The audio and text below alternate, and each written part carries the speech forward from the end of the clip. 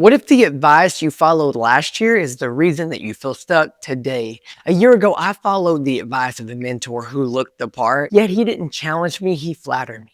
And the worst part is, it didn't feel like disobedience, it felt like wisdom, yet it cost me almost everything.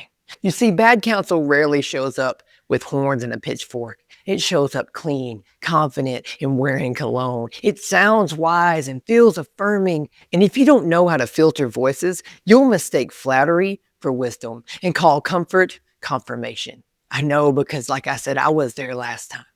I was there before and I did exactly that. I listened to a voice that sounded experienced and spiritual and strategic, but it talked me out of the thing that I knew God was calling me to do in that season. And it didn't feel like rebellion at the time. It felt like maturity. And it cost me that clarity and that momentum in that time that I can't get back. And that is why this matters, because the voices you trust today will quietly shape the life you live tomorrow. So the question isn't for you to ask yourself, do I have a mentor or a coach? The real question is to ask, are the voices I'm listening to shaping and leading me towards God's will or gently pulling me away from it?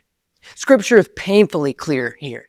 The way of the fool is right in his own eyes, but the wise man listens to counsel. That's Proverbs 12:15. You see, the Bible never assumes that you're meant to navigate life alone, but it also never assumes that every voice deserves influence or for you to actually listen to it. Blessings don't start with action. It starts with who you listen to, because counsel always leads somewhere. And here is that connection that most people miss. You don't just choose counselors, you choose what counsels you. So what are you consistently consuming? Voices, content, social media, conversations, feeds, eventually becomes your internal advisor. Scripture calls this guarding the heart. Above all else, guard your heart, for everything you do flows from it. Proverbs 4:23. Here is the principle underneath all of it. Input becomes instinct. Input becomes instinct. Over time, what you listen to shapes how you think, how you react, and how you make decisions. Wisdom isn't just about choices you make, it's about the input that forms those choices. And this is where I missed it. I mean, let me dive a bit deeper into the story that I mentioned that about this time last year. I was receiving coaching from someone that definitely looked on the outside like an expert. He was highly detailed, seemed helpful. Here is the most dangerous part. He knew exactly how to speak to my ego, to put me on platforms, to help me join and co-host what he was a part of. So let me give you the 3 red flags I ignored. But if you catch these early, you can save yourself years. And the first one is affirmation without formation. You see, affirmation without formation. He affirmed my confidence, but he never challenged my character or called me to be more like Christ. And then the second, logic that questioned conviction. On paper, the advice sounded wise, but in my spirit, it sounded and felt off. I should have listened to that discernment. And then third, resistance to God-breathed ideas. When something came from prayer instead of strategy, it was labeled impractical. If I could summarize the danger in one sentence, it would be this: not all resistance to your calling is wisdom. And here's the test that I missed and most people miss too. If it feeds your ego but starves your obedience, it's not from God. Over time, the fruit made it undeniable.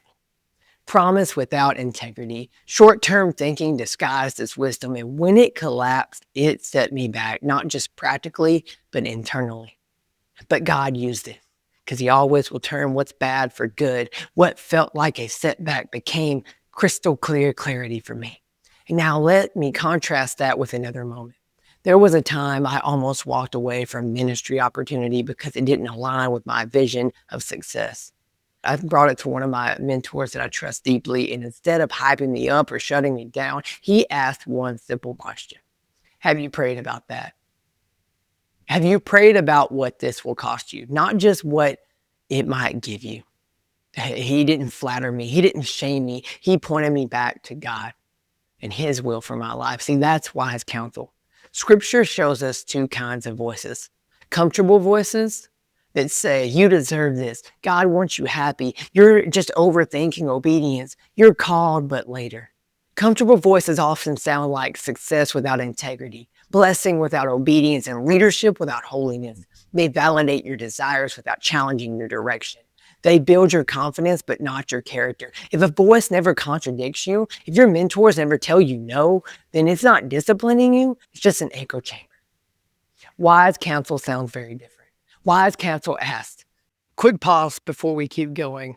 This episode is sponsored by the Red Print Workshop. It's a monthly live experience I host for high-achieving Christian men like you who are faithfully driven and desperately tired. If you've been doing the right thing, but something feels off, if success hasn't brought the peace that you thought it would, this workshop is designed to help you stop performing for love and start living from identity. I walk you through the same process that I had to go through myself, recognizing what's really driving you, rediscovering who you are in Christ, and rebuilding how you live, love, and lead without burning out. It's not hype, it's not a sales pitch, it's clarity. If you feel a pull, not pressure, you can learn more or register at the link in the description below. All right, let's jump back into today's episode. Show me the scripture.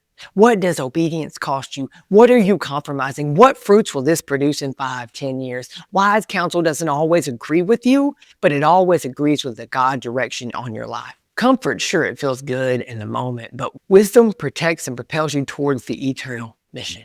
Before you take advice, before you adopt a voice or listen to another podcast or expert, follow a mentor, internalize a message, run it through this filter. I call it the counsel filter.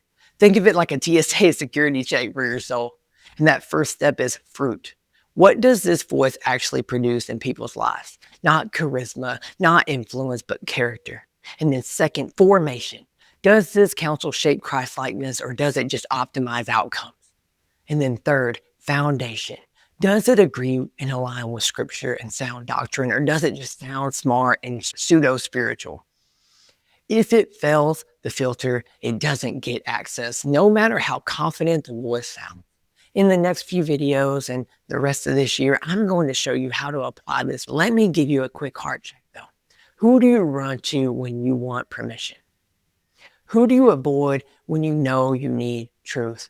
What voices shape how you interpret God's will?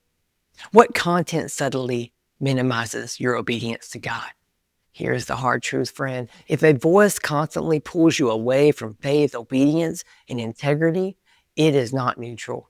Every scroll is a seed, and what you plant in your heart will be the harvest that you live in your life. If you've realized, I've let the wrong voices shape me, here's your next move. It's simple. Repent, which simply means to turn away. Don't spiral. Conviction is not condemnation. Renounce what's been shaping you and say, God, I break agreement with any counsel that has distorted your voice in my life. And then replace that input. Starving the wrong voice isn't just enough. You need to feed on the right voice. Reflect. What part of you did those voices speak to? Your ego, your fear, your ambition? That's likely the part that God wants to heal next. He who walks with the wise grows wise, but a companion of fools suffers harm. Proverbs 13:20. Walking implies exposure. What you tolerate in consumption, you eventually justify in behavior. Now, as we close out today, I would love to pray for you on this. God, give us discernment over the voices we trust. Help us guard our hearts, our minds, and our callings. Remove influences that pull us away from you. And surround us with wise, godly counsel, even when it challenges us, even when it refines and prunes us.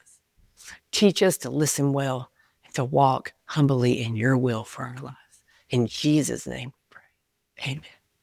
Let me give you a word of caution here. It's easy to get stuck in a learning loop, consuming sermons, devouring podcasts, filling notebooks with more notes and things, but never truly applying that wisdom.